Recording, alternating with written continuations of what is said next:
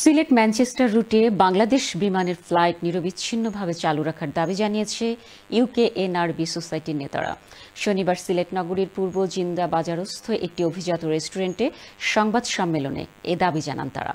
সম্মেলনে সিলেট ম্যানচেস্টার রুটে বাংলাদেশ বিমানের ফ্লাইট নিয়ে যুক্তরাজ্য প্রবাসীদের সঙ্গে কোনো টালবাহানা বা নাটকীয়তা সহ্য করা হবে না বলে জানান ইউকেএনআরবি সোসাইটির নেতারা।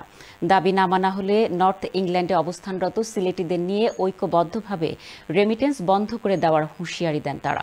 সংবাদ সম্মেলনে লিখিত বক্তব্যে ইউকেএনআরবি সোসাইটির পরিচালক এম আহমেদ জুনেদ বলেন, দীর্ঘদিন বন্ধ থাকার পর 2020 সালে দ্বিতীয় দফা চালু হয় সিলেট ম্যানচেস্টার রুটে বাংলাদেশ বিমানের ফ্লাইট।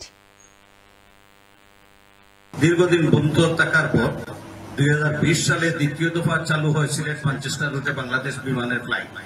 এই ফ্লাইটটি আমাদের জন্য অত্যন্ত জরুরি। এ রুটে ম্যানচেস্টার সহ নর্থ ইংল্যান্ডের যেমন Manchester, Luton, Birmingham, Wales, Scotland সহ বিভিন্ন এলাকা প্রায় 3 লাখ সিলেটি যাত্রীরা যাতায়াত করেন। এতে ম্যানচেস্টার এয়ারপোর্ট থেকে 10 ঘন্টা আমরা যারা প্রবাসী তারা সিলেট উসমানী আন্তর্জাতিক বিমানবন্দরে এসে পৌঁছতে পারি। সবচেয়ে বেশি সুফল ভোগ করেন বয়োবৃদ্ধ যাত্রী ও শিশুরা। তারা কোনো ভোগান্তি ছাড়াই যাতায়াত করতে পারে, নতুবা আমাদের ঢাকা ট্রানজিট রুট অথবা লন্ডনের হিথ্রো রুট ব্যবহার করে আসতে হবে। দুটোই রুট নর্থ ইংল্যান্ড বসবাসকারী সিলেটিদের জন্য চরম ভোগান্তি।